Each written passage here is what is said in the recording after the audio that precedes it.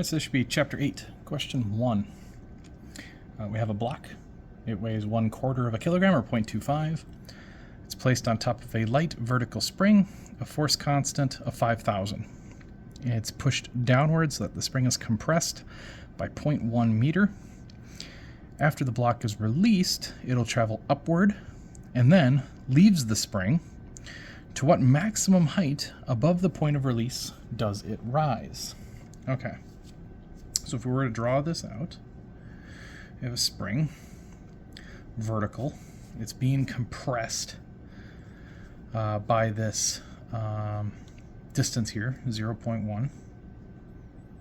Okay, away from the equilibrium point. Okay. And to what maximum height above the point of release does it rise? So that will be when it is all the way up here and the spring is no longer compressed. Up here. So what we're looking for is not just from the y equals 0 mark, but the total distance that it rose from here all the way down to that 0.1 as well. Okay? So that's what we're looking for, is that height here, which will be y, right? Okay, so hopefully that makes sense. We're going to compress it down, 0.1, we're going to release it, it's going to go past the equilibrium, and it's going to raise up to a certain height up there. Okay, so if we look in our problem, there's no mention of friction, there's no mention of an external force being added, so this should be a conservation of energy problem.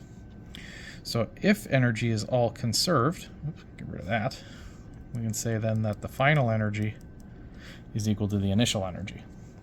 Now these energies, you only know of 3 so far. They're either going to be kinetic, they're going to be gravitational, or a spring. And later we're going to add on a few more. We'll have rotational kinetic energy. We'll also have gravitational kinetic or gravitational potential for large bodies.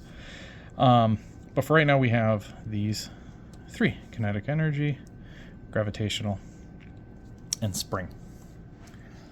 Okay. So let's see what we have. All right, let's first off see what we have. In the end, okay, because we'll always start there. We always look at where we finish first.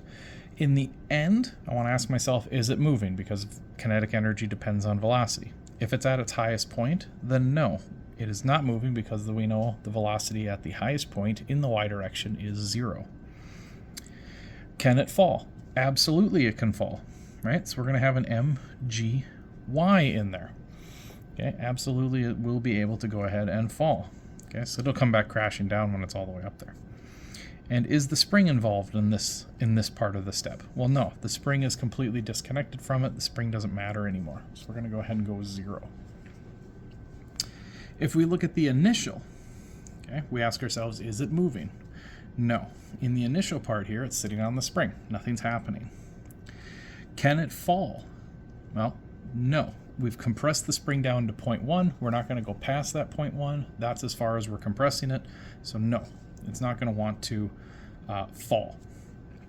But there's a caveat with this. Okay? It's a little caveat. And that this potential energy is beyond the y equals 0. So remember, mgy is only 0 at y equal to 0. Is this at y equals 0? No, it is being compressed down. Okay, it is being compressed down by 0.1. So I want to go ahead and retract that statement and say, no, it's not 0. It is being pulled down. Okay, and in fact, it's being pulled down a negative. So we're going to have an mgy, but it's going to be in the negative direction that it is actually falling, because y here is 0, positive up top, negative down below. Okay, so we've pulled it past that point.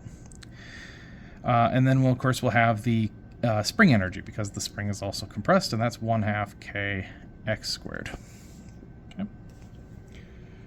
Okay, so now if we run through this equation, mgy on this side is going to be the mass, which is 0.25, times g, which is 9.8, times the y distance.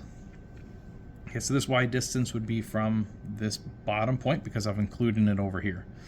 This bottom point all the way to up top. Okay. We could also find, if we wanted to, we could figure out where the y distance is from the 0, but then we have to include kinetic energy. It's an accounting problem. We need to account for everything. At the y equals 0, we have speed, but our mgy is 0. But we'd have the kinetic energy at that point. Okay, so we can do this a number of ways, but this is the way I'm going to do it on here. We have mgy as our final product. That y distance will give us the entire y distance from down here to up top. I want to set that equal then to mgy over here. All right, so our m stays the same, 0.25. G is going to be 9.8. And this y distance, being it's pulled below equilibrium, it's going to be a negative 0.1. Okay, being it's being pulled below. As I said in class, that y distance is the ability to fall. When it's sitting on an equilibrium spring, it is not falling. You are forcing it down an extra 0.1, so that's why we're having a negative 0.1. So that's the mgy. Then we're going to add our 1/2. K constant here they said was 5,000. We'll have our 5,000. And then this x is the distance that the spring has been compressed. And in that case, it's going to be 0.1. And we have to square that. Okay, so it looks like we have everything set. Let's go ahead and get some numbers for these. Why don't I go right off the bat here and take a quarter of 9.8. That gives me 2.45y. A quarter of 9.8 times a negative 0.1 gives me a negative 0.245. That should make sense. And then this one I'm going to add a half of 5,000. It gives me 2,500, and then multiply that by 0.1 squared. And this should give me 25. Okay. So let's see. Let's add those up there. So we're going to have that. 25 then minus the 0.245 from above. And that'll give us 24.75. And then we're going to divide this value that we get here by the 2.45. And that'll get us a y. And the y value that we get is 10.1. It carries out to a few different decimal places, but we're going to keep it at 10.1 meters. 10.1 meters. Don't worry about this answer up in here. That actually gets changed out for 10.1.